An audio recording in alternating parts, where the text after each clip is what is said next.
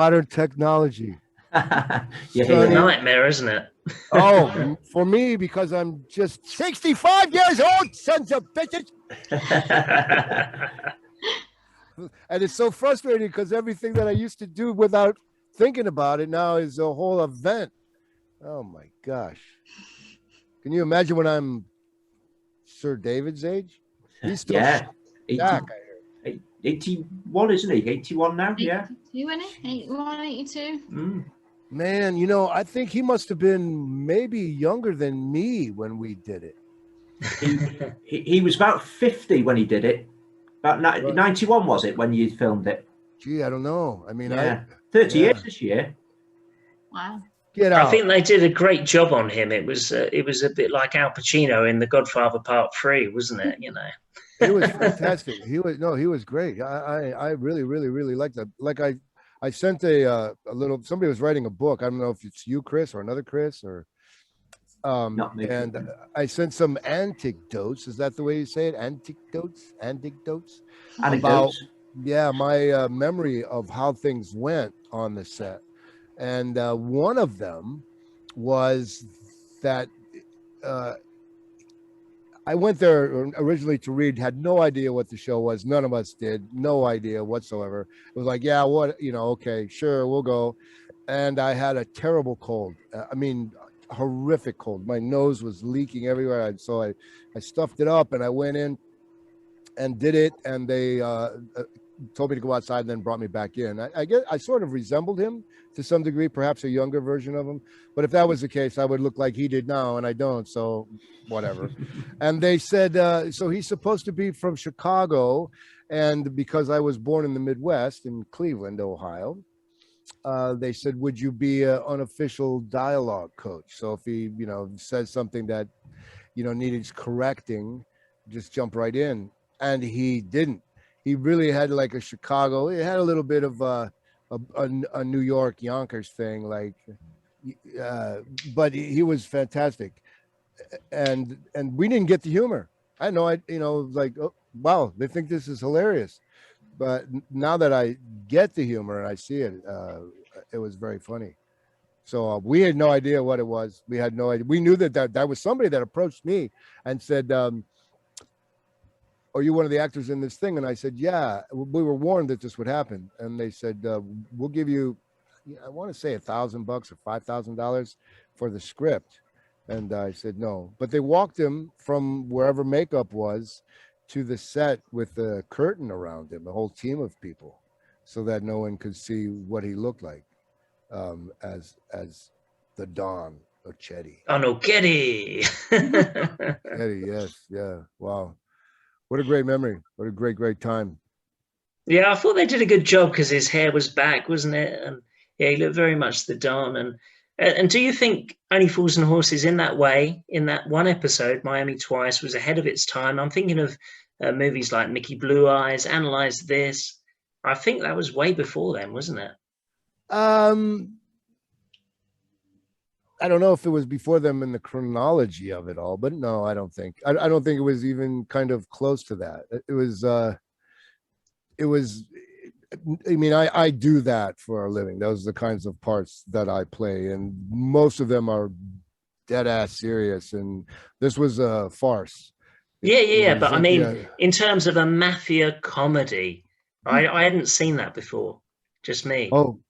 Yeah, well, no, there was Married to the Mob. There was a whole ton of shit. I mean, Cagney did a bunch of them, so I don't know, maybe not in the BBC world or live. No, we were used to The Godfather and Goodfellas, the proper mafia films. So for us, seeing this for the first time, it was quite hilarious, Oh, well, it was a takeoff on it. It was very clever, very, very clever. There are a couple people that I'm still in touch with, all of us. Well, also thing was interesting. I had the lion's share of the dialogue, and these were all friends of mine. Mates. Were they? The American guys? Yeah, because I know Americans. Yeah, and so I knew them all, and they were all playing grab ass in the background. Well, and we didn't have a dressing room really. We were all just huddled together in this one place.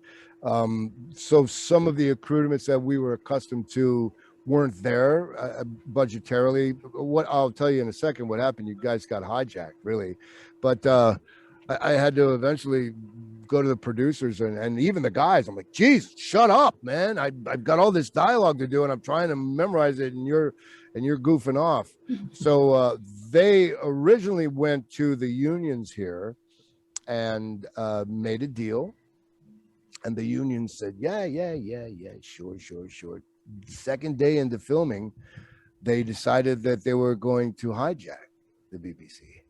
And they said, yeah, so you know that deal we made? Yeah, we're changing our mind. So now you need one new truck on at whatever that costs. And Johnny the driver's got to drive it, so whatever he costs. And because all of the unions, props and wardrobe and such, are part of the Teamsters, they had to honor the picket line. So they really did I thought it was terrible, terribly unethical to do. And I think they lost a half-day shooting and it put them over budget considerably. Tony Warmby, is that a name that matters? Tony Dow was the director. John Sullivan's the writer, wasn't he? Well, there was another guy that was a producer type. There were several of them. I don't remember. There's Gareth Gwenlyn as well, grey-haired guy, white-haired fella. Yeah, well, see, either him or Tony, and they came up to me and they said, "Does this happen all the time?" And I said, "No, it doesn't." I said, "Well, you know, we'd love to come and shoot, but after this, never again, man. Never, ever." The only time I've ever seen anything close to the BBC being in South Florida. It goes to New York often, but that's, you know what you get when you go there, I guess. And New York is a right to work state. I don't want to bore you with all that stuff, but that means that anybody can come, whether they're union or not, and be welcomed. But yeah, I mean, in America, the unions are still really powerful, aren't they? Over here, it's not so much anymore, but yeah, they are really powerful, and I can see the benefit of them, and I can see the gluttony of them. But you know, I don't. You know, I could paraphrase it all, I guess, this way.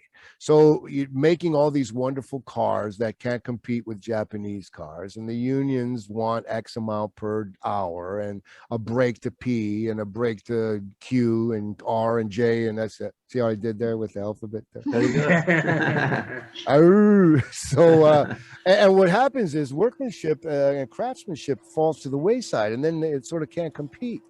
And you know, I don't know. A lot of stuff has to change, but without the unions, there's a lot of things that we would be taking advantage of. My wife's a first grade teacher, God bless her, and that's a very patient job she has. And without those union incentives and protocols, and likewise with me as an actor, I think we'd be worse off. But you know, I think there's got to be a fine line between it, sort of. You see the shirt I'm wearing, by the way? Yeah. You know what that is? Hockey? Right. Hockey? It's not soccer. Yes, it's hockey. It's football, by the way, but yes, no. Football. I'll show you how to play football. Football over here is of. Have you ever played American football? No, I played rugby. It's the same, but there's no padding in rugby. I played rugby. I played winger. I played for the Cleveland Grays. I played for 3 years. I played the Pittsburgh Harlequins in Three River Stadium and an exhibition sevens match when the halftime between the Cleveland Browns and the Pittsburgh Steelers. 80,000 fans. I'm clueless about your shirt, and I'm not being offensive in any way, but are they a national team or are they a college team? Well, this is a team that I imagine in my head, and I made T-shirts up for them. They're very expensive, these shirts that I wear. I've got little midgets and little figurines, and sometimes I sit out here in my yard, and I just carve them out of twigs. No, yeah, it's a national team. Right now is the Stanley Cup playoffs. And so we're rabid here, those people who play hockey. And I live in Florida. I was in New York for a while until COVID. And I live in Florida. For the first time, there are 2 Florida teams, one in North Florida and Tampa, who won the Stanley Cup last year, and our Florida Panthers in South Florida. And now they are in the first round, and the games are amazingly contentious. So this will be, they're going to meet each other. We'll have met each other 10 times consecutively. Usually it's a best of 7 series, but they played each other 3 times prior. It was their last game on the schedule. So we're like all rabid. And it was the first time the stadiums, arenas were open. So normally they started off with canned applause and cheers and theme songs. So it was like 9,000 people last night. Amazing, yeah. Yeah, you would think UFOs were landed. It's just everybody's on the bandwagon. So because of that, and I'm a hockey fan, my son played travel hockey all through 18 years. And it's a beautiful sport that nobody knows because it's so unreally expensive, ridiculously expensive. Anyone who's gotten to the national level, their parents have easily invested hundreds of thousands of dollars just because it's just almost predatory kind of game. Sticks are 200, elbow pads, skates are 300-400. Quite elitist then, I guess we'd call that elitist in Britain. Yeah, but those who play it fall in love with it if they're able to hang. And I could bore you with it forever and ever, but what's oddly enough, people like my experience of hockey is, have you seen that film from a long time ago, Slapshot? I'm watching the Gunman song. yeah, that's great wonderful. Film. Yeah. Great film. Yeah, and that's pretty much kind of it. It's not as goon-like as it was then, but it's a very graceful. It's akin to soccer without the offsides moving. But the kids in Florida, you wouldn't think would play it because it's 90 degrees out. Either it's because they love being cool and in a gym where it's freezing cold, or because it's just a delicious game. And it's violent, which is all right by me. I love violence. That's what I loved about rugby. So have you always been a resident of Florida then? Have you lived there a long time, or?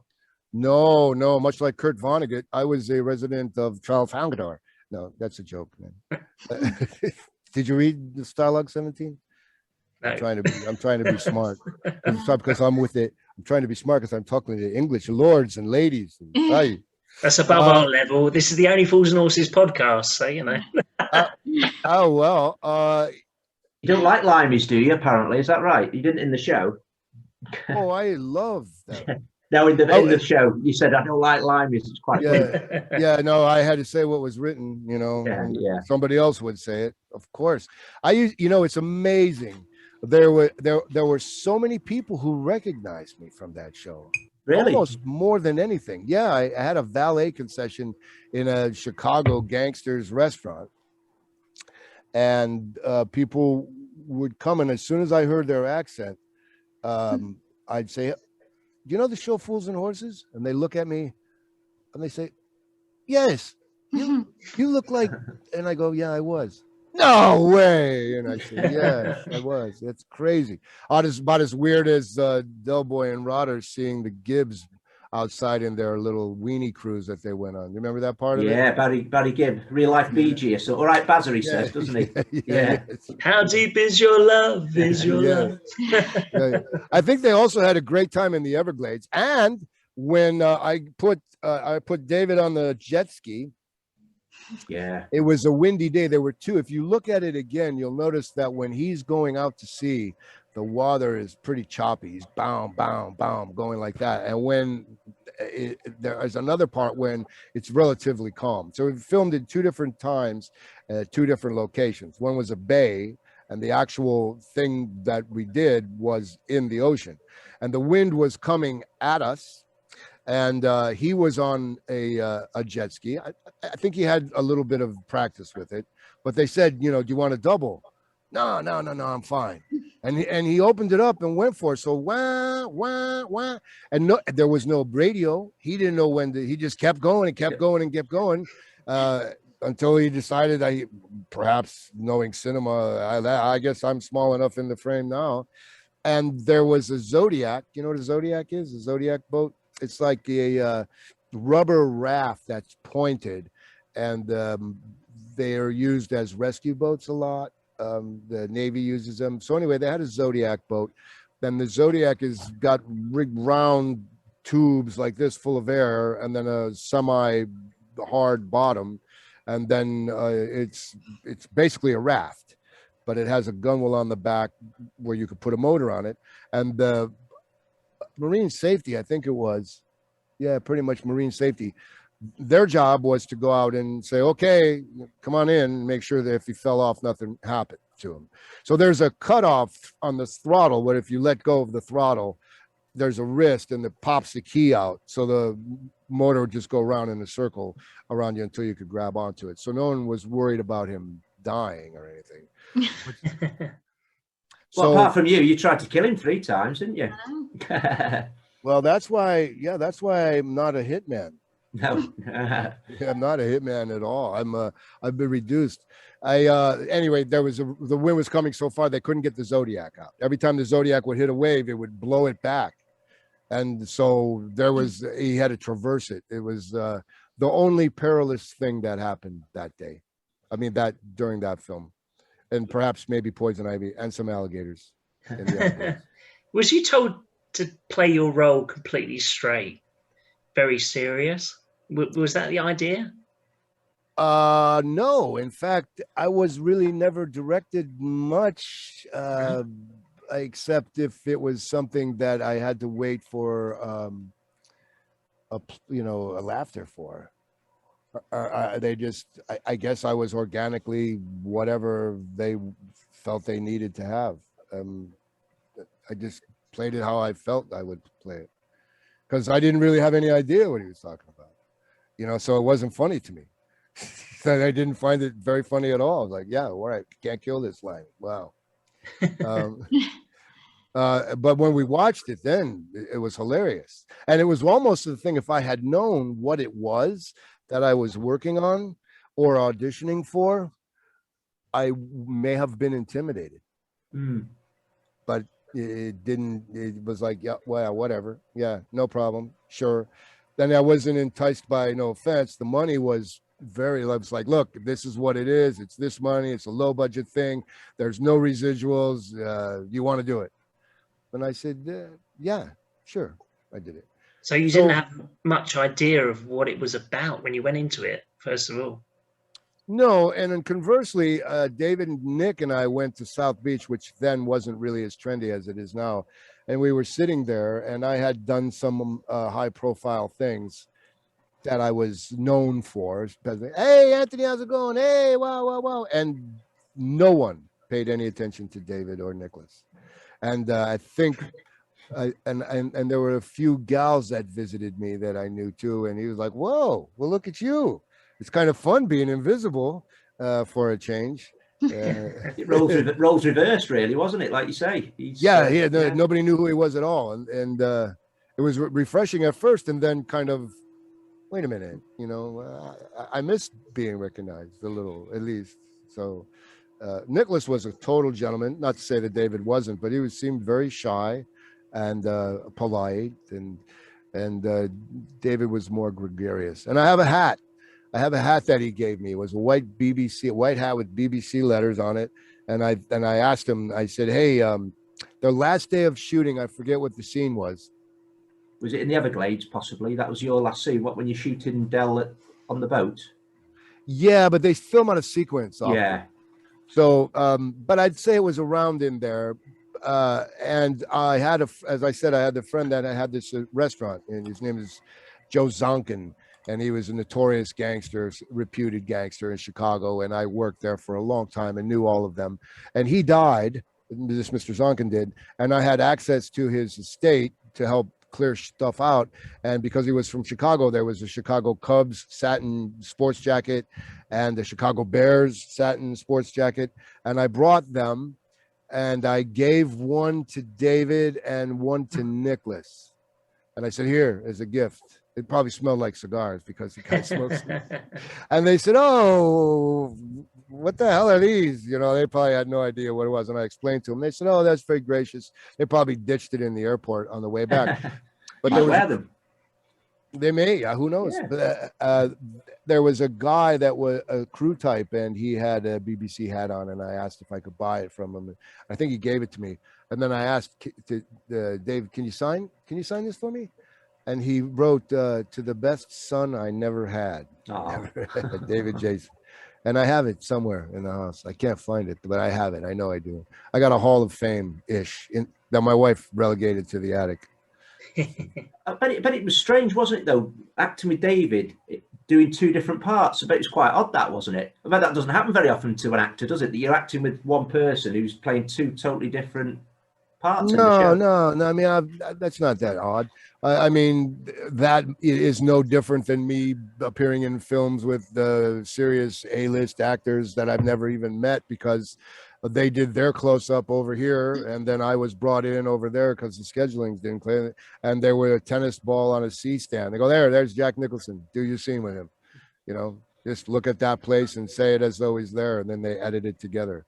So, the transformation between David being the Don and himself, no offense, not that challenging. Pretty much any actor can do that. I mean, actor that's decent. I mean, I'm not saying that it's a huge different to act with each other if you're doing something that there's a split screen and you're talking to somebody that's not. I don't think he appeared with himself in a scene at all. That's a challenge because it's all about eye lines. But did you see The Craze? Yeah, of course. All right. Well, the epitome of class and somebody doing a bang up job is Hardy. Hardy in The Craze. Legend. Yeah, I love that film. Man. Yeah. Everything else is a circus compared to that. No offense. I've tried to watch the Only Fool. I wish they would syndicate it like they did Benny Hill. We think that's all the BBC has to offer is Fawlty Towers and Benny Hill. I mean, how far behind is that? That was 70s Fawlty Towers, yeah. 75, I think, Fawlty Towers. Yeah, I wonder why. And there was a remake that was supposed to happen of Fools and Horses. They kind of recycle. There was a thing that I was up for. Rock and Chips, maybe? That was a pretty one they had. It had David Bowie name. The name of it was a show. It was a very serious detective show that Life on Mars. Life on Mars, yeah. And Harvey Keitel was between. Well, clearly Harvey Keitel got it, but it was between me. It was for ABC, and it aired maybe a 10th of a season, and then it ended. And they were doing a remake of Fools and Horses. Can you believe that? Yeah, and John Leguizamo. No, me neither. I was like, what? Come on, man. John Leguizamo was supposed to be one of them, and I forget who the other one was. And I don't even think they got past the pilot. I mean, there's some things you just left alone. Yeah. And, like Sanford and Son was borrowed from the BBC, wasn't it? Steptone and something. Yeah, and I think All in the Family was a version of a BBC show. The Office was done, wasn't it, in America? The Office with Ricky Gervais. It was Steve Carell, wasn't it? Carell, and and anyone who watches the Steve Carell version, including my son, I'm like, wow, really? No, man, watch this one. Yeah, you guys were way ahead of us with all of that. Gervais made the whole show. It was beautiful. It was all that handheld camera stuff. I'm a big fan of his too. But you guys got some wonderful things. Didn't David do another one, the Piglet Files or something that we saw for a short time here? Nick Lyndhurst, that was. Nick Lyndhurst did the Piglet Files. And really? What did David do? Did something else? I remember it was a serious. Darling Buds of May, possibly. Darling Buds of May. Touch of Frost. Open All Hours. Something I've forgotten, but I saw. I was like, oh look, it's my dad. It's that Plonker. What is a Plonker anyway? An idiot.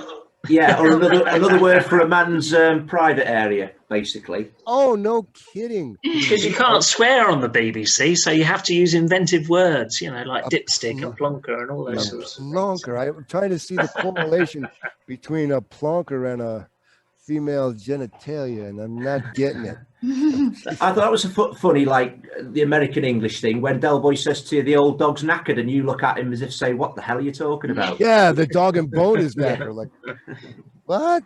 Yeah. There were some of those phrases. In fact, there's another, like I said, there were a bunch of guys, and we stood around a lot waiting for things to happen. Which is normal. But again, since there was no dressing room for us or whatever, I brought a fishing pole, and 3 or 4 of us just fished for bass while we waited for them to get ready to film. And whenever one of us would make a terrible throw, instead of it going where in a nice artful way and landing, it made a crazy sound, plonk. So we called each other Plonkers. And to this day, that was the only time I think I refer to, even to people who've never seen the show. Nice throw, Plonker. And that's what And you end up saying lovely What was the jubbly, didn't you, memory at the end? about I did, and I do still. I say lovely jubbly, but I also say groovy, and people just look at me like I'm a little.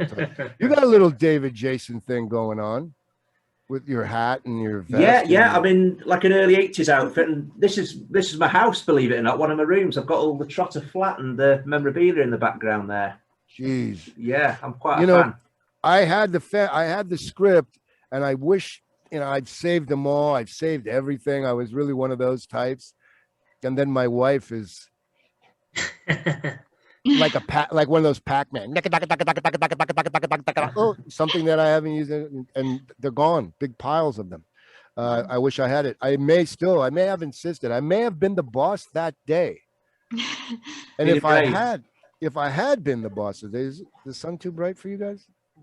No, we can see you. So it's 90 degrees. 90 degrees. I'm here in my. It's raining here, so you know. I've got shorts and a long sleeve shirt, and it's no shoes on, flip flops. It's very. Are you in the height of summer now, or is it summer over there really, or not particularly now at the moment? No, it's just beginning. It's always summer over there. Yeah. Compared to here, anyway. Yes. Of course it is. If I were to find this script, I mean, to me, it doesn't have a whole lot of sentimental, value than any other show that I've done, some of which have been bigger for my career and been more linear. I'll send it off. Yeah. Oh God. Maybe you can raffle off pages of it and help cure cancer, or buy another charity. Oh yeah, it'd be or whatever. Dust, to be honest. That would be fantastic. Yeah, we can put something together. Yeah, if I can find any swag from that, and I'll ask the guys. Yeah, outfit, costumes or anything. Yeah. No, costumes were my own, but I might have them. I might have the tie or something. I'm going really fast, trying to think of what I wore. I had a green suit, a double-breasted suit. That was all my outfit. All those my own clothes. So I'll go through and I'll figure out. Then we'll contact each other somehow, and I'll send it off. Yeah. Yeah, brilliant. Great. But put it to good use. I mean, I know that your wall's a good use, but there's got to be better uses for it. Yeah, we'll donate it or something. Yeah, charity would be best, wouldn't it? Perhaps an auction or something for charity. Yeah, we'd be up for that. Yeah, as would I. That would be fantastic. Yep. That would be fantastic. Do you know the property, Antony? The property that you filmed in, was that Al Capone's? Yes. Yes. Wow, it really was. Yeah, no, so it's not Al Capone's, but Al Capone lived there. Right. It was Al Capone's special suite at the Biltmore Hotel. Was that the end of his life? Was that near the end of his life? Well, the end of his life, he was in jail and had syphilis. No, but I watched the film recently, and it was actually with your friend Tom Hardy, and it was near the end of his life. Oh, that was terrible. Maybe it wasn't. Yeah, it wasn't very good. But oh my God, poor Tom. The makeup was ferocious. It was horrific. And we won't even talk about what he did in his bed, but apart from that. Yeah. So no, I think So I was near the end of his life. I mean, I read books. I did research on him, not for anything, because I was slated to maybe play him in a version that wasn't going. Wow, what's crazy? This is Escobar. Roberto Escobar was the guy who came up to me in the restaurant and said, "Hey, there's somebody who looks just like your father." And that's Roberto on the phone calling. He was called Frankie, wasn't he? Was he called Frankie in the show? Oh, gee, I don't remember. Is this a joke, Frankie? Is this a joke, Frankie? Yeah, he has I think he has one line or a few lines. Yeah. Geez, I was going to tell you something. So Hoffa wanted very much not to be what he was. He didn't, he wasn't a bad guy. He was a mobster. But he took advantage of an opening that was necessary to be filled. And he tried as hard as he can to get out of the liquor business and into milk. Really? Didn't work out for him very well. What was the best bits about being on set? Not having to take the garbage out every week. No, every time I'm on set, it's beautiful. I mean, hanging with my friends was great. Having a new experience was great. having an opportunity to be at the level that I was at when I was asked at that stage of my career for advice. What do you think, Anthony? Would it be like that? And I was really a part of the team instead of somebody who they said, just stand here and look that way and say these lines. So I had a contribution, and I enjoyed it. And Dave and I got along very well. We like, at least in my opinion, we did. He would crack a smile when I would do stuff, and I would crack a smile, and I got along very, very well with him. I really was amused by him, and I think he was amused by me as well. I don't even know if he'd remember me if I saw him on the street. But oddly enough, I was walking through Herald Square in New York 3 years ago, and I heard an Irish guy saying, "Hey, mate." When I turned around, and he said, I'm sorry. Were you on a BBC show called Only Fools and Horses? And I looked around like it was a Candid Camera episode. This was like 30, 40 years ago. Are you playing with me? He goes, no, man, really, were you? And I said, yeah. So can I take a picture? Can I have your autograph? And I find it hard to believe that someone could remember me from something like that. So the point is, the guy's name is Cathal Carney.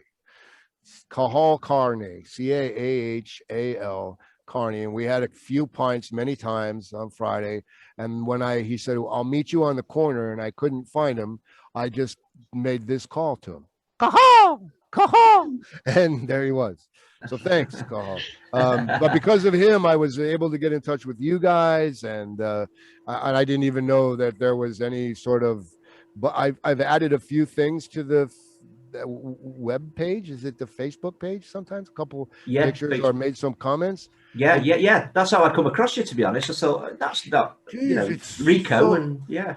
So some people were like, nah, this isn't the real guy. And then some people were, and some people recognized me from other things. And it was really sweet. And I'm just so grateful for the opportunity and for a chance to help keep those memories alive of David in that show. Well, how did it end? How long ago did it end? 2003 was the last episode. They did 64 episodes, and the last one was 2003. I don't know if you know the story. They win he always says this time next year we'll be millionaires, and they won. Well, they didn't win. They sold a pocket watch they had from the beginning for 6.2 million. Wow! No kidding. But then they lose it all. Then they lose it all. Wasn't that America? Right. Wasn't that America? They invested the money into the futures market in America, and it crashed. Oh, was it? Yeah, and it crashed. It was a true story, and that's how they lost the money. Yeah. So was this predicated on a real thing, or was it just fictitious? The watch wasn't. The John Harrison watch, it's never been found, was a real watch. But apparently, I meant the characters. The characters, I don't think they were. I think there was people they reference really, but not real people. No. But sadly, we've run out of time now. Right. So it's been great speaking to you. Thanks a lot for joining us. Look at that. I hope I wasn't boring. No, not at all. Brilliant. No, we've just run out of time on our Zoom.